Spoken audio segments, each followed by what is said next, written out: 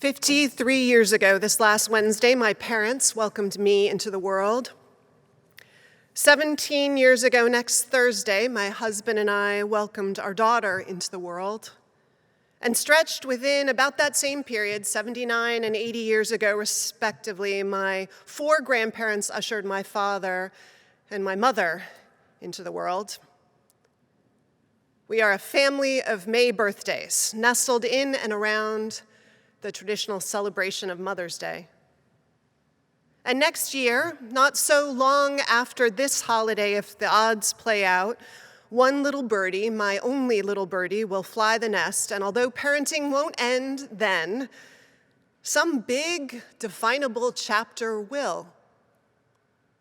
It was with that in mind, I put in a proposal for a book this last fall, an anthology of writings of Unitarian Universalists on this piece of our lives and the work of growing our souls, as A. Powell Davies would say, not just the work of parents per se, but of all of us who parent, who connect to and nurture life into maturity. And so the quest began to get stories from godmothers and grandparents and foster parents and adoptive parents and neighbors and stories of moments and decisions and things we'd learned, and often the folks that we were tending to teaching them. And if we were lucky, or by accident sometimes, maybe they've learned something from us we're able to discern. And the stories started coming in, some from members of this community, wonderful stories, rich to read, some of which will be in a volume that next year around this time we can actually hold in our hands. All of this, a strategic way to force myself to really sit with this piece of life, the parenting we do in the world. There is a degree of sheer joy that is part of this work, like puppies, and to contradict the Seinfeld episode, the one in which a baby was born that Elaine had a hard time understanding how anyone could believe was actually cute. Do you remember that episode? Contradicting that, and more my experience is that we human beings, we come into this world cute, those big eyes, those chubby cheeks and arms, those tiny fingers that curl around one of our own, and the smell of babies. It is probably the one and only time in anyone's life that our poop doesn't smell. When we're a baby, especially if we're breastfed. All of it, of course, all of this part of nature's brilliant design that made sure that you and I, cranky, demanding, maybe colicky, some of us, would have people fall in love with us. No matter what your story is, you were each born gorgeous and sweet and worthy of love.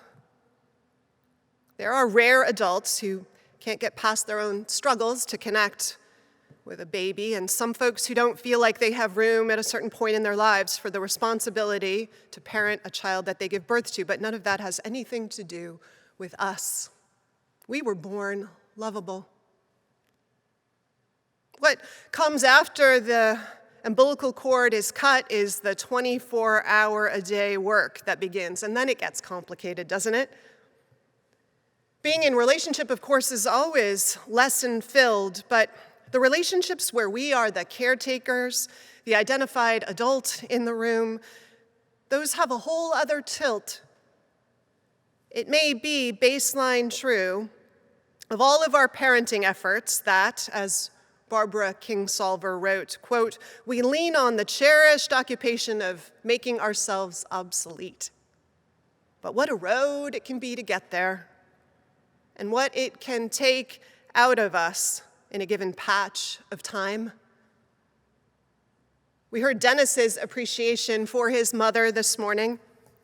All that faith, all that love, all that tolerance of this complicated and never dull journey to adulthood.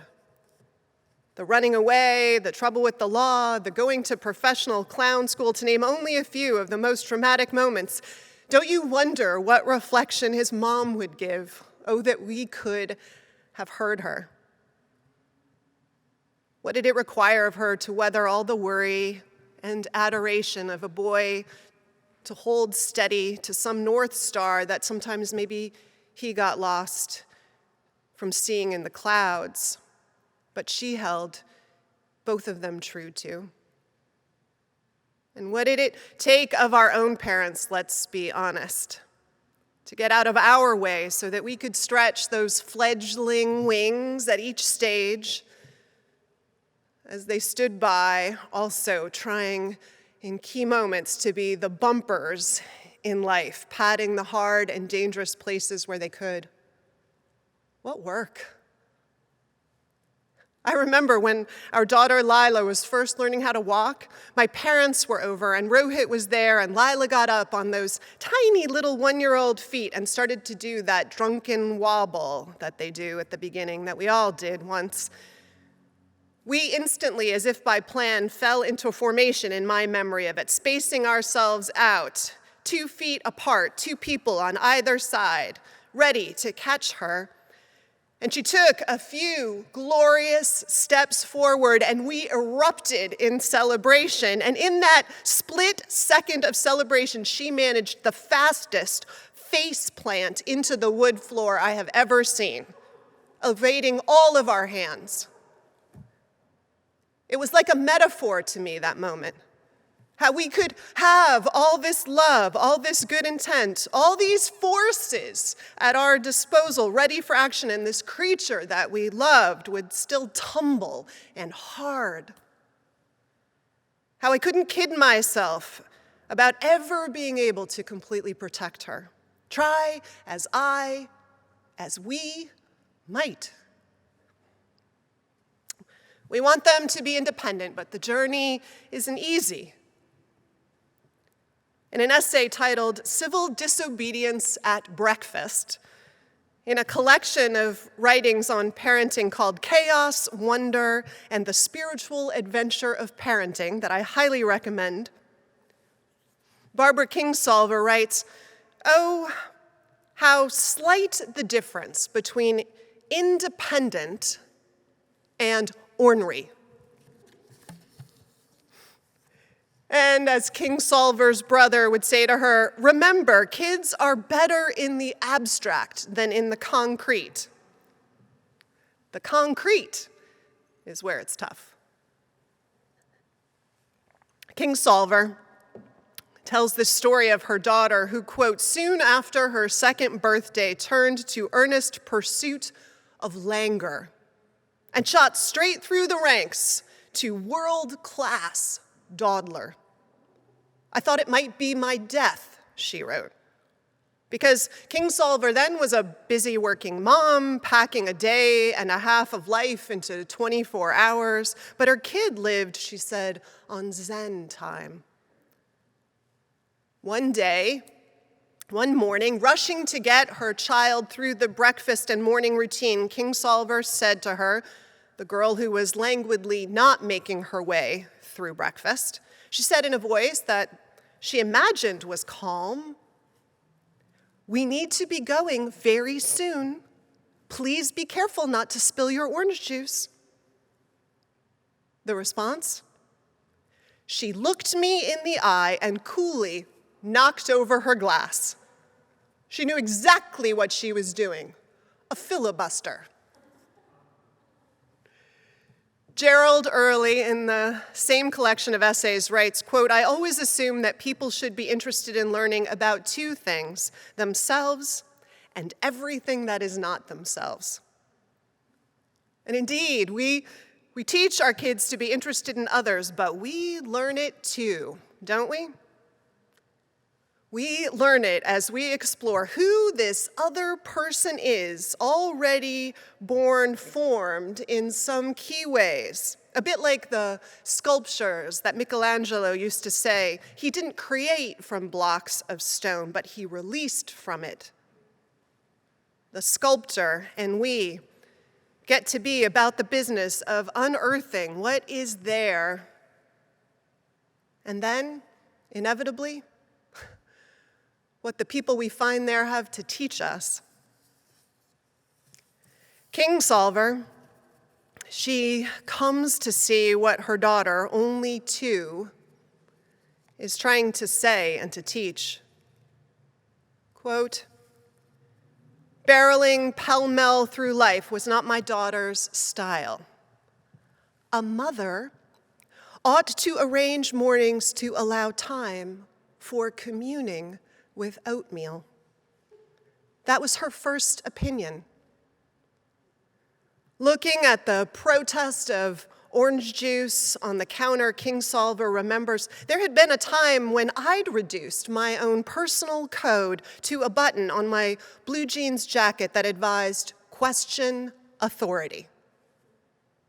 A few decades later, the motto of my youth blazed resplendent on my breakfast table, "The color of Florida sunshine." I could mop up now with maternal pride or eat crow. Chastened and taught, proud of the beings we are graced and challenged to accompany, we often are grown despite ourselves, just by this work of helping others to grow. We grow because that is inevitably what's required when we are invested body and soul in something outside ourselves. We grow, for instance, the way Lori pointed to in her reflection today. Like Lori's experience, children have a way of bringing the pain of the world home to us. All its failings and broken places suddenly become personal again. All the things we had maybe learned to accept, or at least to bear, unacceptable as they are, when someone tender and subject to them is ours to protect, love wakes us up again to the prophetic work of this world. Doesn't it? Middle school cruelty, a culture that promotes body dysphoria, a culture still dangerous to women and also to men, racial injustice, economic inequalities, intolerance for different sexual and gender orientations, insensitivity to different abilities, to difference of any kind. Any and all patterns of diminishment become ones our nerves grow raw against. We are, or become, ever more determined prophets and protesters fighting to solve the world's ills against the time clock of our children's and our grandchildren's lives, of the lives of any we love and are called to nurture. In general, the people we parent expand our abilities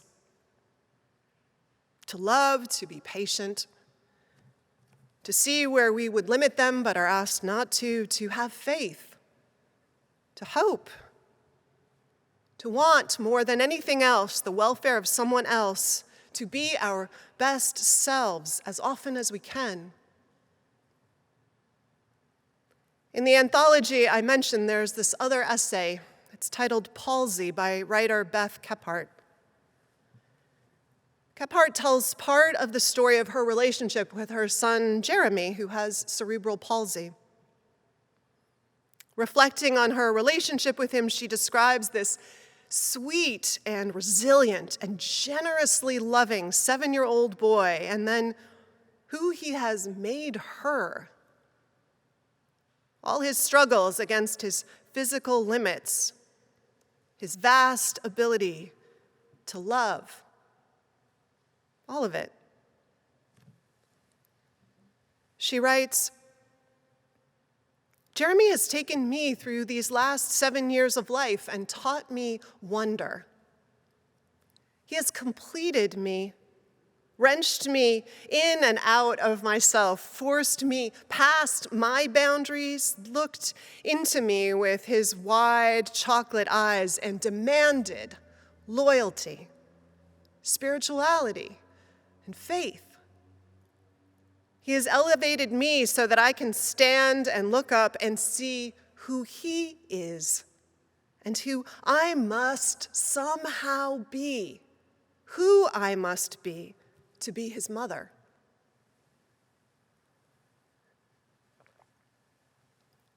Kephart reflects on this as she sits in plastic chairs at a talent show at the end of his weeks of day camp. It's a camp for kids with all kinds of challenges and abilities, things that often make them other in our world. And the room in this moment is filled with joy and laughter. The kids have made their own costumes, they've planned and choreographed the night's entertainment, but Kephart sits worried. Will her son overcome his stage fright? How will he manage backstage? She sits watching for the glistening curve of his wheelchair to peek out from behind the curtain to see how he will face the next threshold that asks courage and independence of him, of the kind life constantly invites. Kephart sits, body and spirit clenched so hard in fear and love that she starts to get a migraine. It's a moment I feel like we all know some version of. Love and how it makes us powerless observers of so much that could break our heart or make it soar, and how often it will do both. Love that we sign up for when we tether our lives to others, as we do here in church, teaching Sunday school, helping out a neighbor, forging relationships with refugees who come to our country alone, or with our stepchildren, or tutoring in the community. 1,000 ways we hold new and maturing life after the umbilical cord is cut, when the real work of parenting in the world begins. We do it, and it was done for us. And it's what we celebrate today, all of it.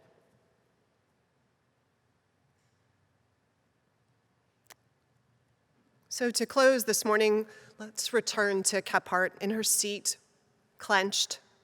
The camp show has begun. Mom, her mother is sitting with her. Mom, I half whisper, half scream, do you see him? But it's too late to ask or answer that question, because now, halfway between the nether of the background and the edge of the sea, the children hush one another, the ones on stage already, and remember something suddenly, expectantly, stare off into the wings. Our eyes follow their eyes, take their cue. They come from opposite directions, the girl and the boy in their chairs.